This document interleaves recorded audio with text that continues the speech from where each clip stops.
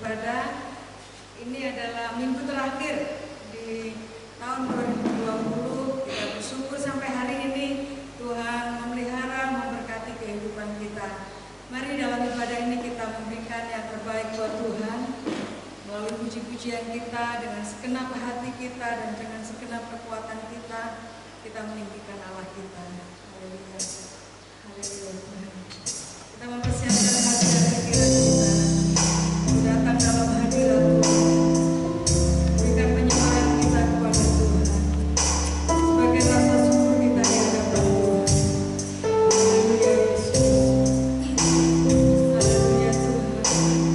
Engkaulah Tuhan kami. Engkaulah Raja kami. Engkaulah yang kami sembah Tuhan. Haleluya Yesus.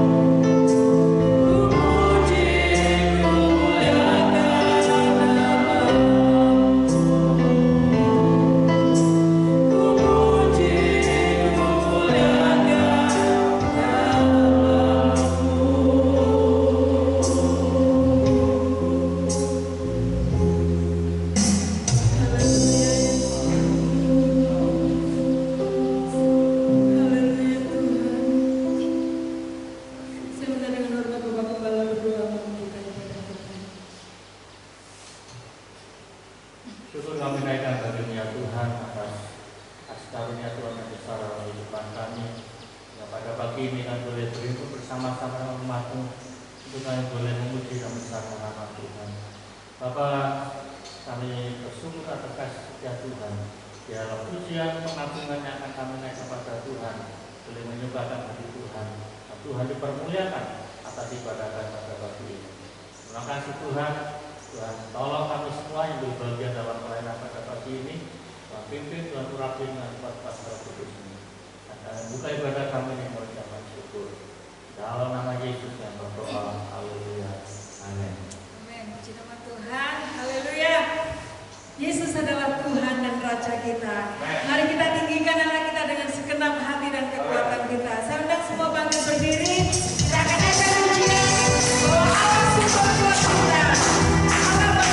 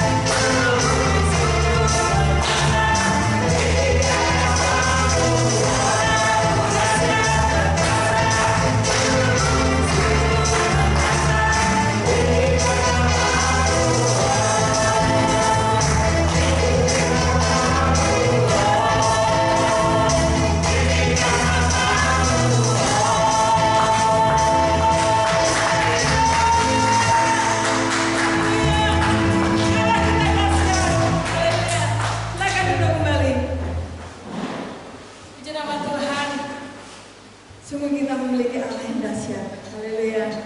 Kita akan mempersiapkan hati dan pikiran kita untuk kita mendengar kebenaran firman Tuhan. Kita naikkan satu pujian di hadapan Tuhan. Bila Kau izinkan sesuatu terjadi, kita percaya bahwa semua untuk kebaikan kita. Haleluya. Haleluya Tuhan. Kau sungguh baik bagi kami Yesus. Terima kasih Tuhan.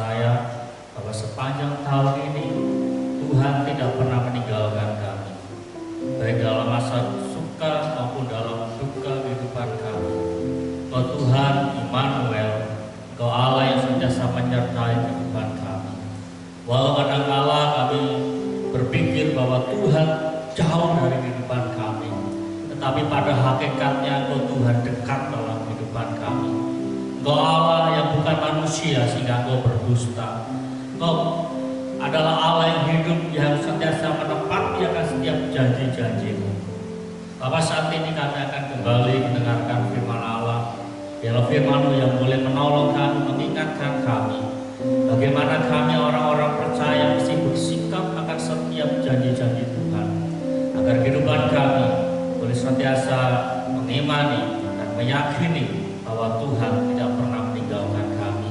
Nah, pada saat kami meyakini bahwa Tuhan tidak pernah meninggalkan kami, maka kehidupan kami akan senantiasa ada di dalam kekuatan kuasa firman Allah. Kami akan melihat perkara-perkara daripada Tuhan yang ajaib. Terima kasih Bapa. Di dalam nama Tuhan Yesus kami sambut firman Allah dengan ucapan syukur. Haleluya. Amin. Tuhan shalom. Kita bersyukur pada minggu yang terakhir. Hari adalah minggu yang terakhir tahun 2020. Ada banyak hal yang terjadi dalam tahun ini. Secara umum kita tidak pernah membayangkan masuk dalam situasi pandemi seperti ini. Ada banyak kasus-kasus virus, tetapi semuanya masih dalam lingkup atau skala epidemi atau lokal. Tetapi di tahun 2020 Tuhan izinkan kita masuk dalam namanya pandemi. Artinya itu bersifat global, secara umum, menyeluruh. Tidak hanya di satu tempat atau berbicara hanya satu negara, tetapi seluruh mengalaminya itu. Tetapi seperti tema yang diambil PGI tahun ini, yaitu Immanuel. Bagaimana Allah menyertai kehidupan kita. 2 minggu atau 2 kali ibadah kita berbicara terus tentang Immanuel. Pertama kita berbicara tentang makna daripada Immanuel, berbicara tentang jaminan daripada Tuhan. Dan minggu kemarin hari tanggal 25 Desember kita juga berbicara bahwa makna Immanuel, bahwa Tuhan itu besar dalam kehidupan kita sampai dengan Dia menjamin akan atau berjanji tentang kehidupan yang kekal dalam kehidupan kita. Nah, pada pagi ini kita akan berbicara tentang bagaimana kita orang-orang percaya mesti bersikap tentang Immanuel.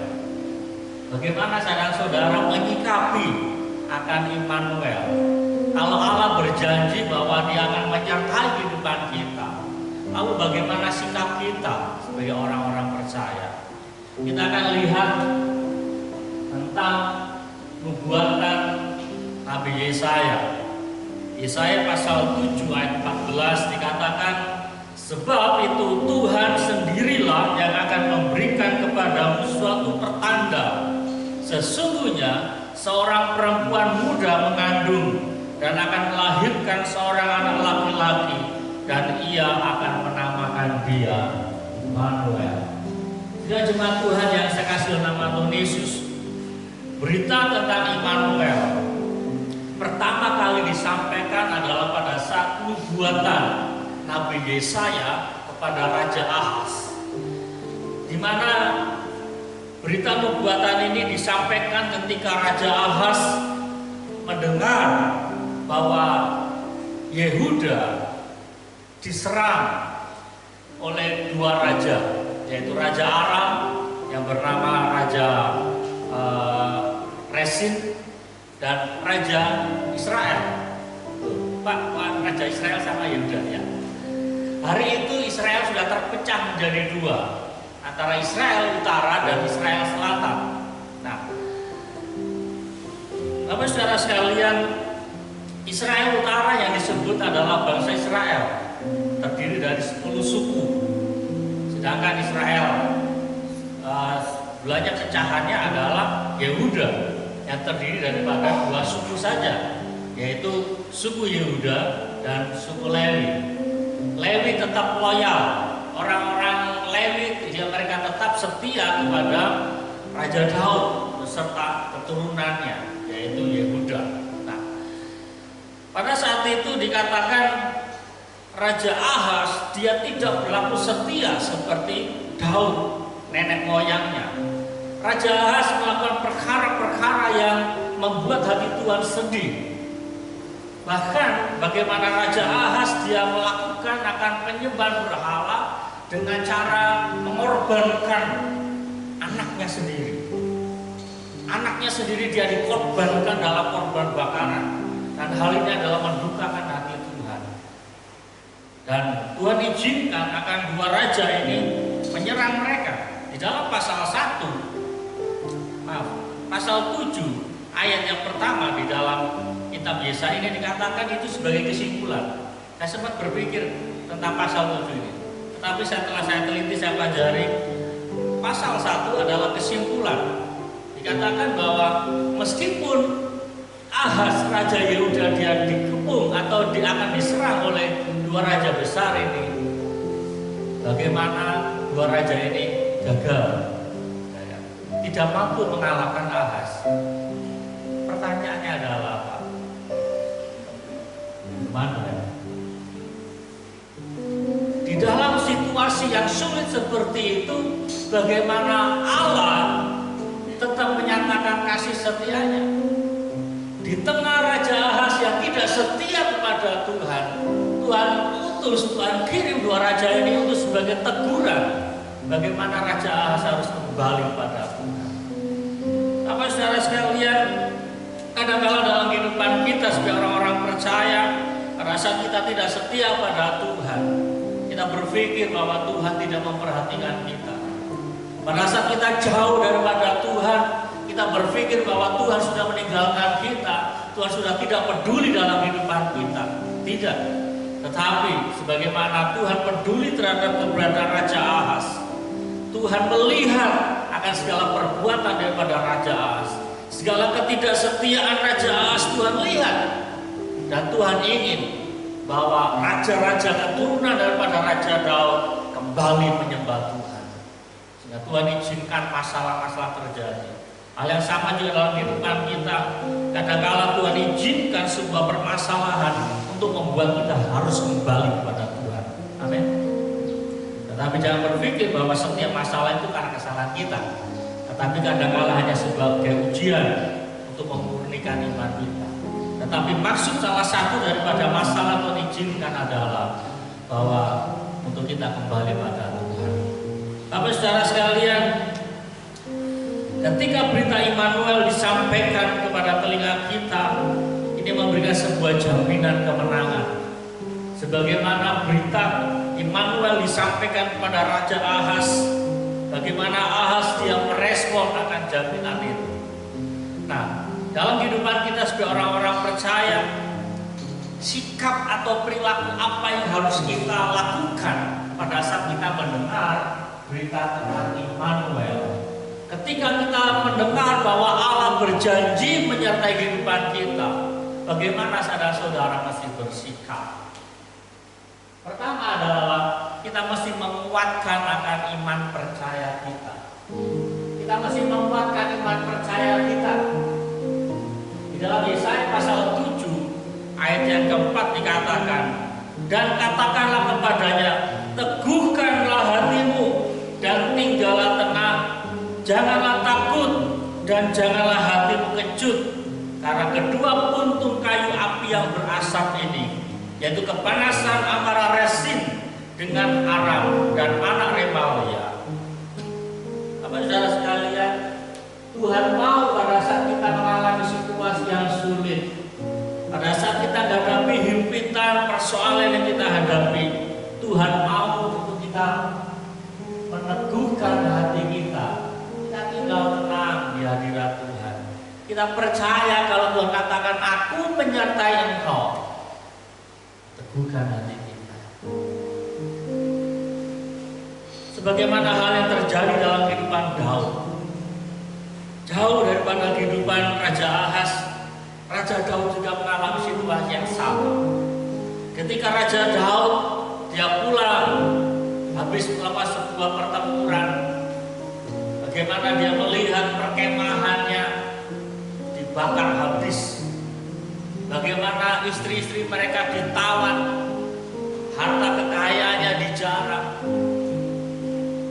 Dan satu hal yang sangat menyedihkan lagi, Alkitab katakan bagaimana pengikut daripada Raja Daud ingin melempari batu kepada Daud. Orang bilang sudah jatuh ketimpa tangga. Situasi yang sulit dihadapi oleh Daud, tetapi bagaimana sikap Daud? Alkitab katakan lalu Daud menguatkan kepercayaannya pada Tuhan, karena dia tahu bahwa pengikutnya tidak lagi setia pada dia. Pengikutnya ingin membunuh dia. Pengikutnya menyalahkan keberadaan Daud, padahal situasi yang sama mereka hadapi. Kekayaan Daud, istri-istri Daud sudah dijarah, diambil musuh. Tetapi Daud bersikap positif, yang meneguhkan hatinya, yang menguatkan kepercayaannya pada Tuhan. Apa saudara sekalian, bukan sesuatu yang aneh ketika kita menghadapi masalah timbul rasa takut dan cemas. Itu adalah manusiawi. Saudara-saudara masih manusia biasa. Kadang-kala pada saat kita di dalam situasi yang sulit, kita cemas. Bagaimana keadaan saya hari ini? Tetapi mari, seperti firman Allah pada pagi ini katakan, teguhkan hati kita, kuatkan iman kita pada Tuhan. Karena apa?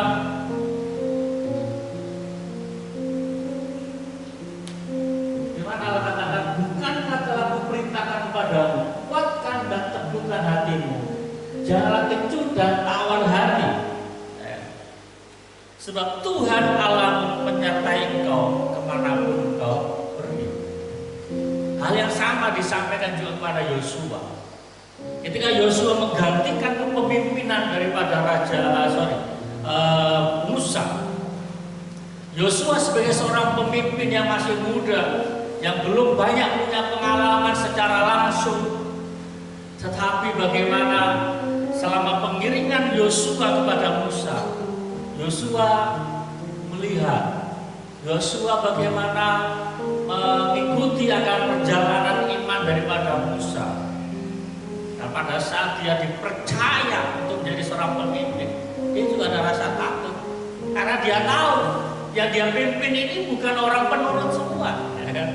Alkitab katakan bangsa Israel adalah bangsa yang tegar tengkuk, yang hari ini mengalami pertolongan Tuhan, yang hari ini melihat kuasa Tuhan, tapi besok memberontak lagi. Hari ini mereka mengalami mujizat yang dahsyat daripada Tuhan, tetapi besok mereka ingin membunuh pemimpinnya. Itu Israel. Yosua tahu situasi seperti itu. Secara manusia, Yosua itu dan tawar hati.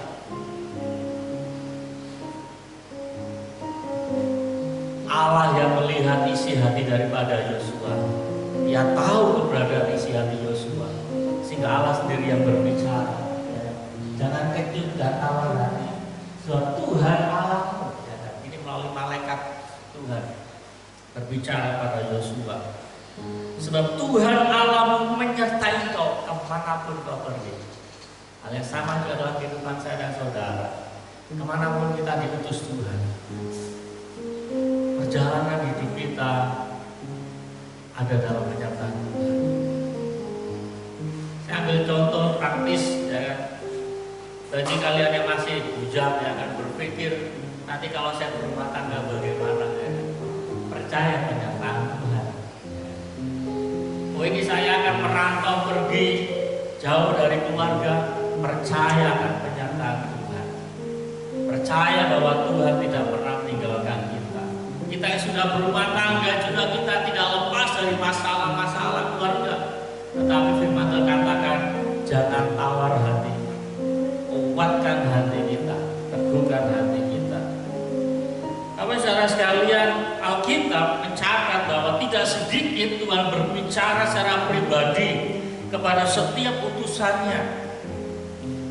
Setiap para nabi, para rasul, bahkan setiap orang-orang salehnya di hadapan Tuhan, bahkan raja-raja yang takut akan Tuhan, tidak jarang mereka mengalami ketawaran.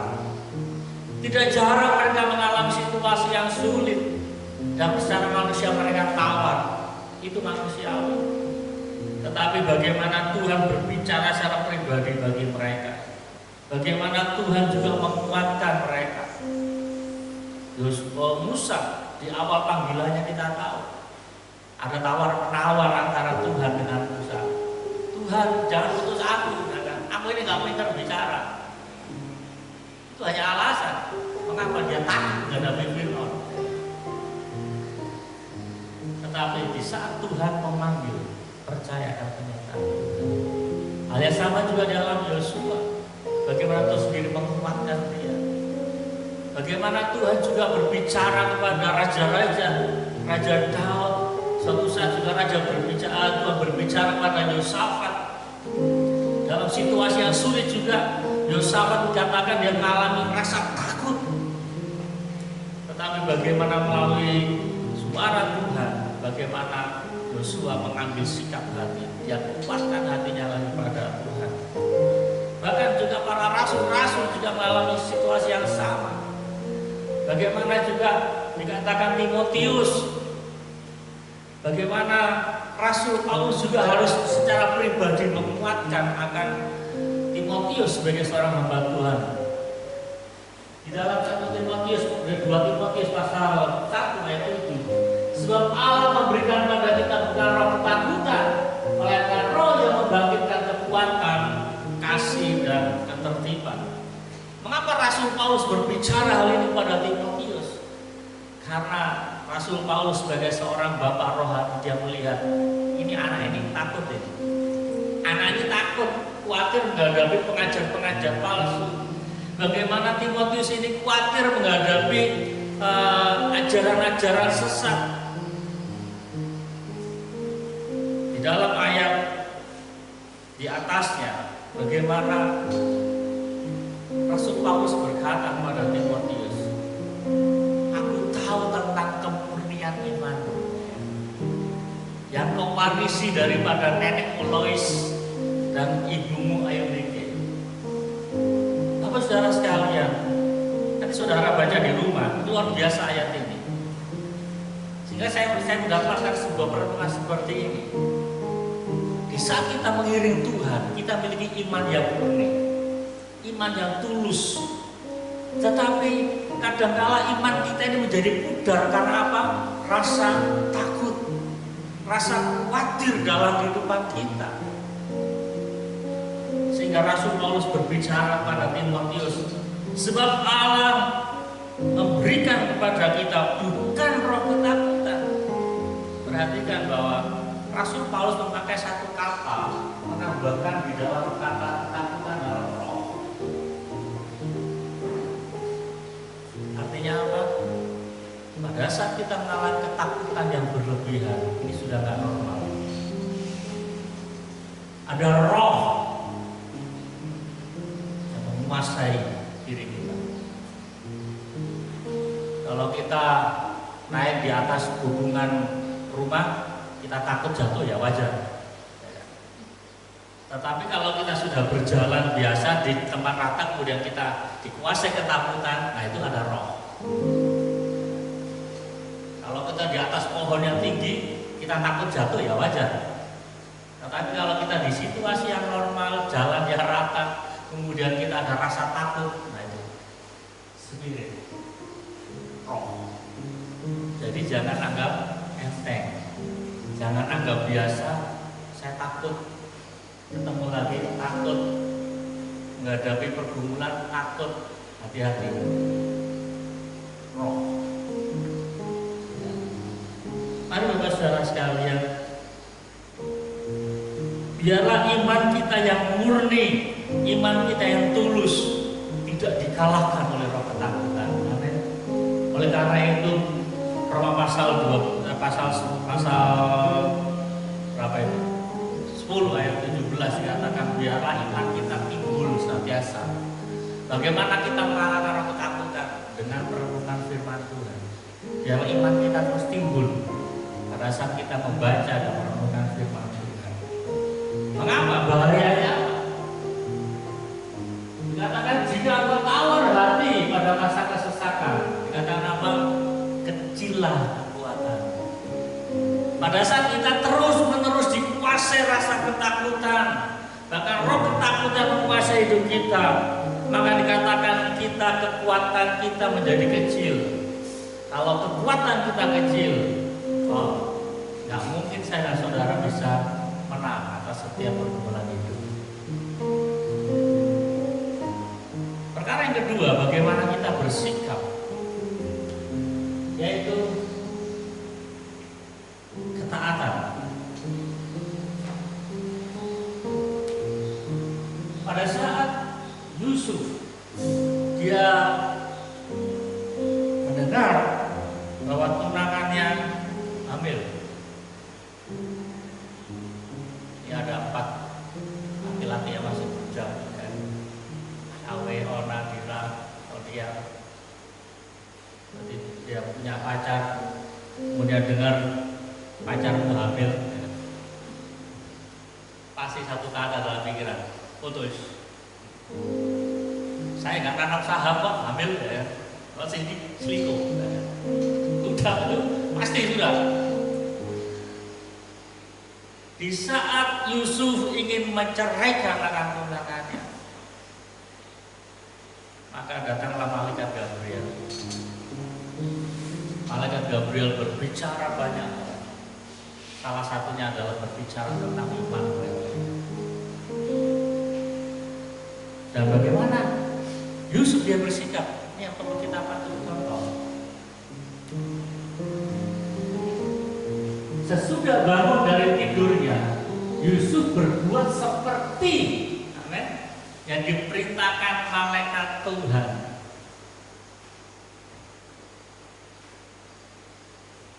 Ia mengambil Maria sebagai istrinya. Ia batalkan rencananya untuk menceraikan tunangannya Maria. Tetapi tindakan sebaliknya, sudah, biar lebih sah, ayo kita menikah secara resmi. Suami istri. Bapak saudara sekalian, ketaatan merupakan bagian dari kepercayaan atas perintah-perintah Tuhan. Dan ketika kita taat, maka kita akan mengalami penyertaan Tuhan dalam kehidupan kita. Perhatikan ini, pada saat saudara-saudara mentaati akan perintah Tuhan, bukan berarti masalah itu kabur semua. Wah, orang ini taat firman, ayo kita pergi. Tidak. Justru dikatakan ketaatan akan menyatakan kemuliaan Tuhan. Tuhan berjanji akan menyertai umatnya. Karena kan itu, ia tahu bahwa umatnya akan menghadapi persoalan, dan Tuhan akan memakai persoalan yang ada untuk Tuhan menyatakan kemuliaannya. Jadi kembali kepada poin 1 tadi, jangan kita takut, kuatkan kepercayaan kita, karena setiap masalah akan Tuhan pakai untuk menyatakan kemuliaannya dalam kehidupan kita. Dalam suatu cerita tentang orang buta sejak lahirnya, kadangkala perilaku manusia secara umum kalau orang mengalami kesusahan ini pasti berbuat dosa. Bahkan para murid sendiri mengatakan, guru, ini dosa siapa? Dosa orang tuanya ataukah dosanya dia sehingga ia lahir buta? Itu adalah kecenderungan manusia yang suka menghakimi sesamanya pada saat menderita. Kata Bapak Yesus katakan, bukan karena dosa orang tuanya atau dosanya dia sendiri, tetapi apa?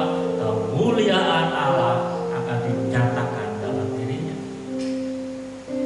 Bapak saudara sekalian, ketaatan menjadi bagian yang penting dalam kehidupan seorang percaya, di mana ketaatan akan membuktikan akan kualitas iman kita kepada Tuhan.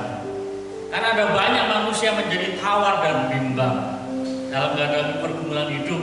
Namun ketika dia taat terhadap apa yang Tuhan katakan, maka ia akan melihat Tuhan itu hidup dan berkuasa.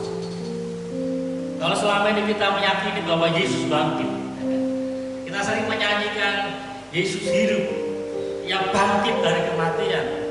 Mari kita merasakan bahwa Tuhan kita hidup. Jangan hanya dengan mulut kita saja kita katakan Yesus hidup, Yesus bangkit, Yesus berkuasa. Tetapi mari kita mengalami sendiri bahwa Yesus itu hidup, ia berkuasa atas kehidupan kita masing-masing. Ketika kita taat akan perintah Tuhan, bukan berarti masalah akan pergi, namun penyertaan Tuhan sangat berarti di dalam ketidakmampuan saudara-saudara. Tuhan izinkan semuanya itu terjadi, dan di akhir akan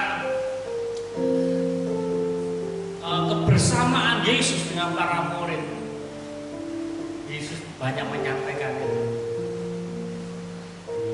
Di dalam Injil Matius pasal 28 ayat 18 dikatakan, kepadaku telah diberikan kuasa di surga dan di bumi. Baru ayat 19 Yesus katakan, karena itu pergilah, jadikanlah semua bangsa murid. Dan di kalimat terakhir dikatakan, aku menyertai engkau sampai kesudahan zaman. Tetapi di ayat 18 Yesus sudah mendahului dengan kata-kata, kepadaku telah diberikan kuasa di surga dan di bumi. Baru yang terakhir dikatakan, aku menyertai engkau. Hal ini berbicara dalam kehidupan kita masing-masing, bahwa Tuhan tahu saudara-saudara lemah. Saudara-saudara banyak memiliki kekurangan dan keterbatasan. Sehingga Yesus dia katakan, kepadaku telah diberikan kuasa, tidak saja di surga, tetapi di bumi. Artinya apa? Yesus sanggup menolong dan menjamin kehidupan saudara-saudara di bumi dan di surga. Hal ini menolong kita untuk kita tidak perlu dikuasai roh ketakutan. Kalau sesaat kita malah merasa takut, rasa cemas, itu manusiawi. Sering saya sampaikan, kita tidak bisa melarang burung lewat di atas rumah kita, atau burung itu lewat di atas kepala kita nggak bisa melarang. Kita nggak bisa kasih tulisan di atas kepala kita, burung nggak boleh lewat, nggak bisa. Tetapi saudara-saudara bisa mengusir atau melarang burung itu bersarang di kepala kita. Amin. Silakan ketakutan itu melewati pikiran kita, tetapi jangan izinkan roh ketakutan menguasai pikiran dan hati kita. Karena apa? Dia Immanuel, menyertai kehidupan saudara-saudara. Ketika Yusuf dia mentaati perintah malaikat Tuhan untuk menerima Maria sebagai istrinya, bukan berarti Yusuf tidak mengalami masalah demi masalah mereka hadapi. Bahkan bayi yang dikandung yang dikatakan adalah dari Roh Kudus, dari Allah yang hidup. Pada saat bayi ini akan diancam akan dibunuh oleh Raja Herodes, mungkin saya membayangkan Yusuf berpikir, wow, ini bayi ajaib ini bayi yang maha kudus ini. Apa yang dilakukannya? Tunggu, kok nggak ada apa-apa? Kok bayi ini nggak melakukan pembelaan? Malah malaikat Gabriel datang lagi. Yusuf, Maria, kamu mesti mengungsi, pergi ke Mesir. Mereka yang harus masih capek jalan, ya kan? Pergi ke negara lain. Mereka harus merawat, mentaati apa yang Tuhan katakan.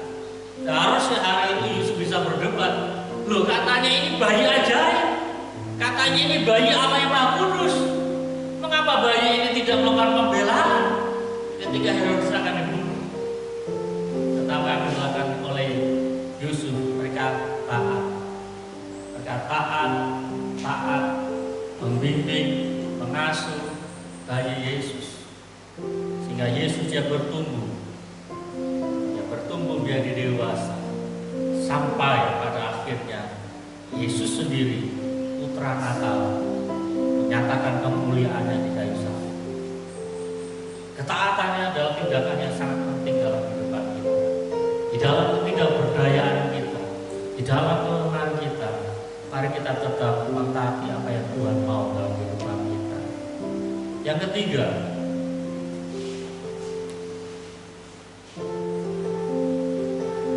adalah mari tindakan yang ketiga adalah kita mengucap syukur.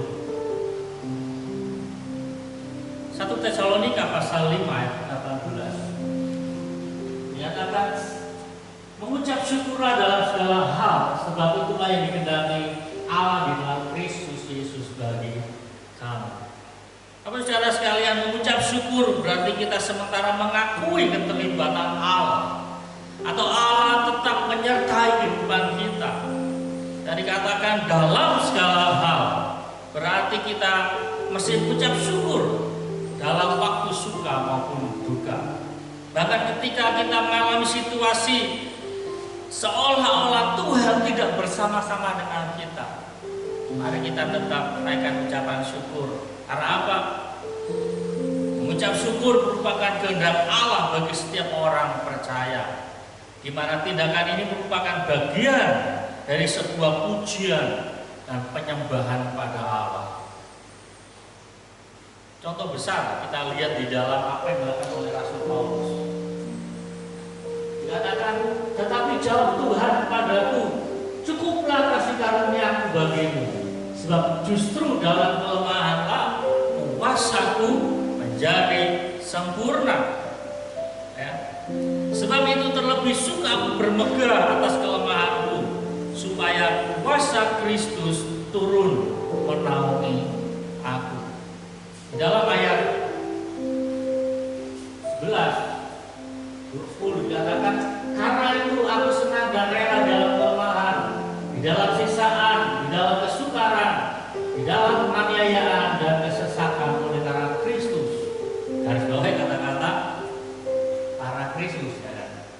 Jangan karena kita melakukan kejahatan, kita menderita, kita dipukul, dianiaya, puji Tuhan, ya. Bukan. Tetapi kita garis bawahi kata-kata kesesakan karena Kristus.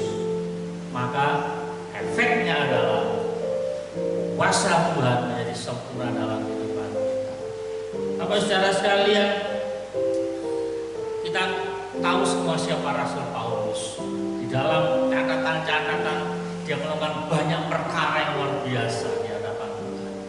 Bahkan dalam pengamatan saya, Rasul Paulus yang bukan murid Yesus secara langsung, tetapi bagaimana Rasul Paulus lebih banyak melakukan perkara-perkara yang besar.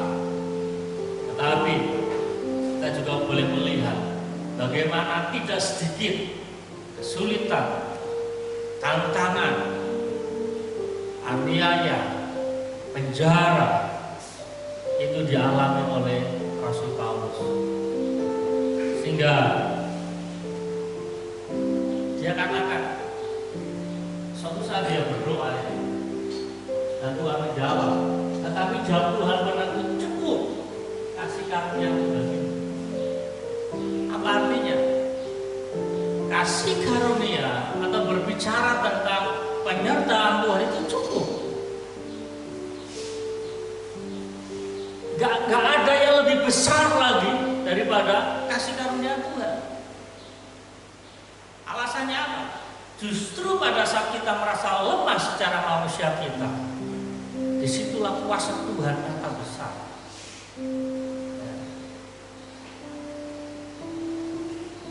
Bapak saudara sekalian, janganlah kesukaran dan penderitaan menjadi sebuah alasan bagi kita untuk kita tidak mengucap syukur. Bila kita ingin kuat, maka mengucap syukurlah. Karena pada saat kita menaikkan syukur pada Tuhan, tadi di awal saya katakan sama dengan kita menaikkan pujian, pengagungan pada Tuhan. Lalu saudara sekalian, ini menyimpang dikit.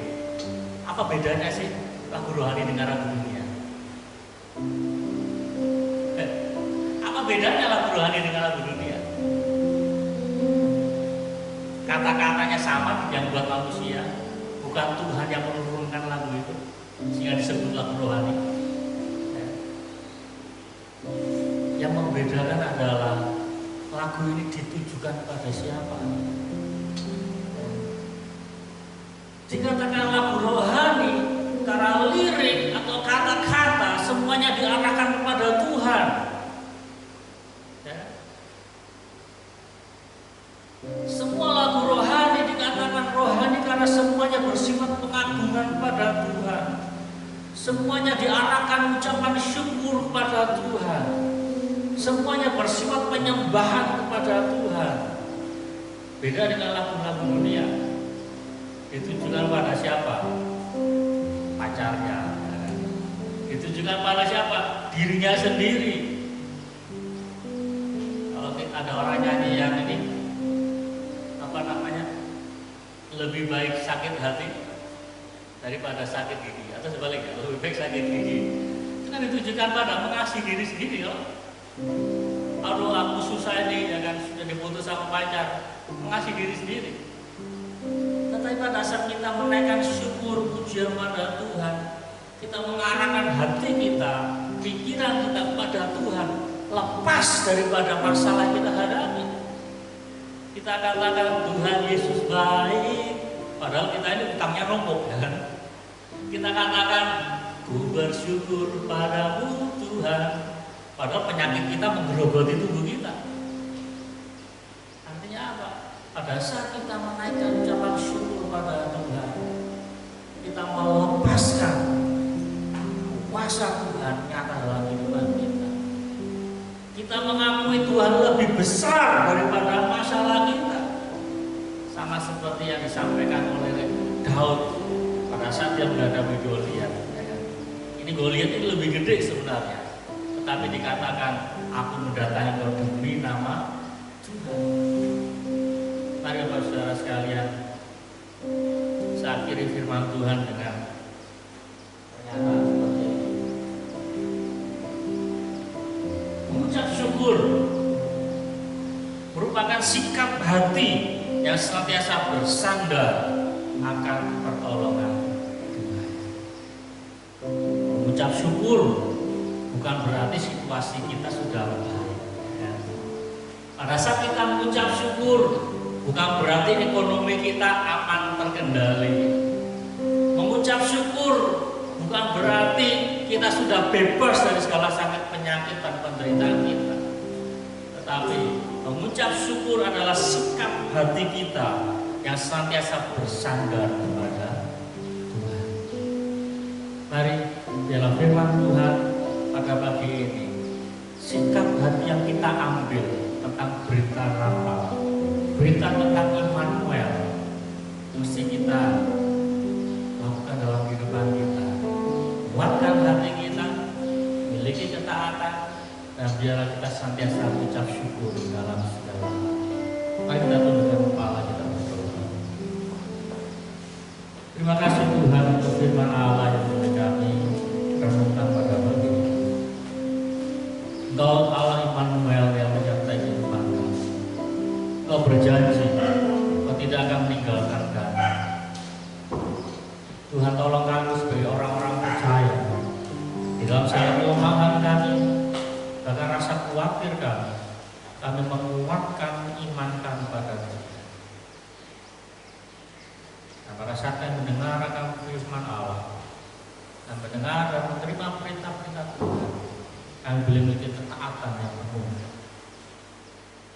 Meskipun kami harus melalui segala macam persoalan pergumulan, biarlah kami tetap taat dan kami senantiasa mengucap syukur akan kasih Tuhan yang besar dalam kehidupan kami. Terima kasih Bapak, Tuhan berkati kami semua yang telah mendengar firman Allah. Biarlah kami boleh menjadi pelaku-pelaku firman, sehingga dalam pengiringan kami hari lepas hari, kami senantiasa boleh merasakan bahwa Tuhan itu nyata dalam kehidupan kami. Tuhan tidak pernah meninggalkan kami. Kami boleh mengalami bahwa Tuhan itu hidup dan Tuhan itu berkuasa atas kehidupan kami. Terima kasih Bapak, memberkati umat-Mu yang sudah hadir dalam kesempatan pagi ini, maupun umat-Mu yang akan menyaksikan akan siaran daripada ibadah pada pagi ini melalui YouTube. Mari Tuhan tolong, Tuhan berkati mereka dengan firman yang menguatkan kehidupan mereka masing-masing, sehingga apapun dalam situasi yang mereka hadapi hari-hari ini, baik sakit penyakit, dalam pergumulan pribadi, dalam pekerjaan, dalam rumah tangga, bagaimana kuasa Allah Immanuel itu nyata dalam kehidupan mereka. Mereka tidak menjadi tawar hati, mereka tidak menjadi kecut, tetapi mereka boleh menguatkan pengharapan mereka kepada Tuhan. Terima kasih Bapak. Tuhan tolong menyatakan kasih kemurahan bagi setiap keluarga demi keluarga yang dalam pergumulan mereka masing-masing. Ya kuasa Tuhan itu nyata dalam kehidupan mereka semua. Terima kasih Bapak, kami juga menyerahkan ke bangsa dan negara kami. Tuhan tolong bukan para pemimpin kami di tingkat daerah maupun tingkat nasional. Tuhan tolong biarlah bangsa ini tetap ada dalam kendali daripada Tuhan. Tuhan memberkati setiap anak-anak Tuhan, mereka yang memiliki posisi-posisi strategis. Biarlah mereka boleh bertindak sebagai Yusuf akhir zaman. Mereka boleh bertindak sebagai hamba-hamba Tuhan di akhir zaman yang menyampaikan akan pesan Tuhan, yang mengarahkan akan bangsa ini kepada kehendak dan rencana Tuhan, sehingga kemakmuran, kesejahteraan, keamanan daripada Tuhan itu nyata atas bangsa dan negara kami. Terima kasih Bapak, terima kasih. Ini segala doa dan ucapan syukur kami yang disempurnakan dengan doa yang Tuhan ajarkan atas setiap orang-orang percaya.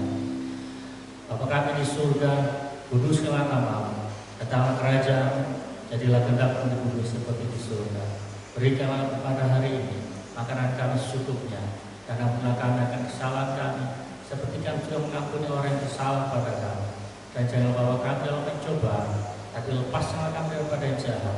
Karena Engkau yang punya kerajaan dan kuasa dan kemuliaan sampai selama-lamanya. Amin. Tuhan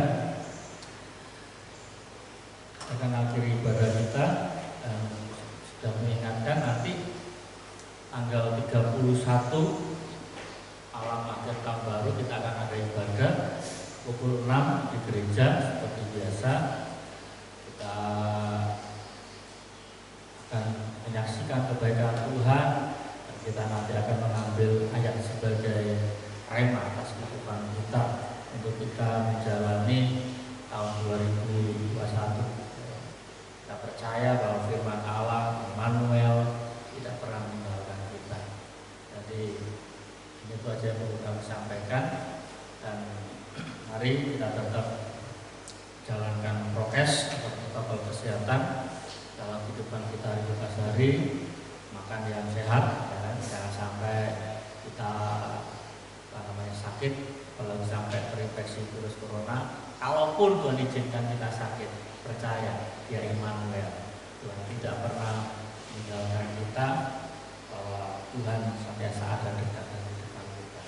Kita nyanyikan doa ini.